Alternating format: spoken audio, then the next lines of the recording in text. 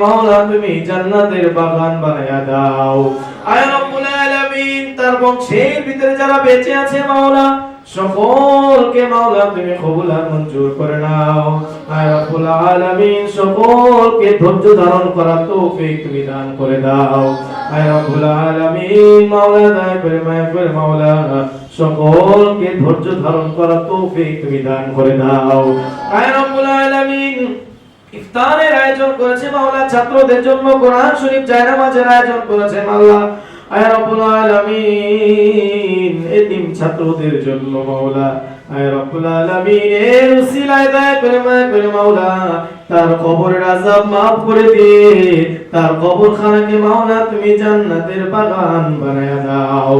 আয় রব্বুল আলামিন, তার বংশের ভিতরে যারা ওই অন্ধকার কবরে শুয়ে আছে আল্লাহ সকলের কবরের আযাব maaf করে দিয়ে সকলের কবরখানাকে মাওলা তুমি জান্নাতের বাগান বানায়া দাও।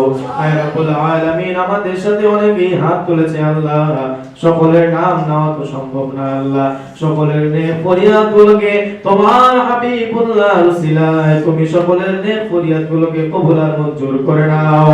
আয় রব্বুল আলামিন, আমাদের সকলের নেক ফরিয়াদগুলোকে মাওলা তুমি কবুল আর মঞ্জুর করে নাও।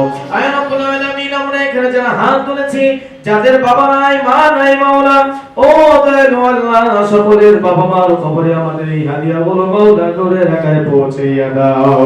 আয় রব্বুল আলামিন, যে বাবা মা এত কষ্ট করে লালন পালন করে আজকে তারা ওই অন্ধকার কবরে শুয়ে আছে আল্লাহ, জানি না ওই অন্ধকার কবরে কিভাবে শুয়ে আছেন আল্লাহ, সকলের বাবা মা কবরে আমাদের এই হাদিয়াগুলো মাওলা নূরের আকারে পৌঁছাইয়া দাও।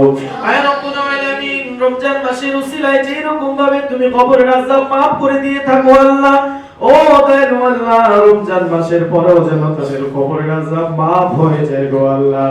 আয় রব্বুল আলামিন, দয়া করে মায়া করে মাওলা তাদের জন্য সারা জীবনের জন্য কবরের আযাব তুমি maaf করে দাও।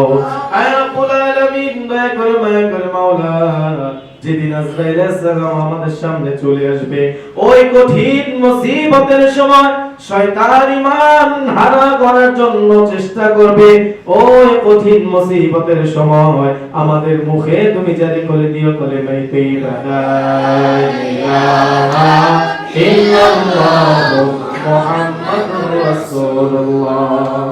আসসালামু আলাইকুম।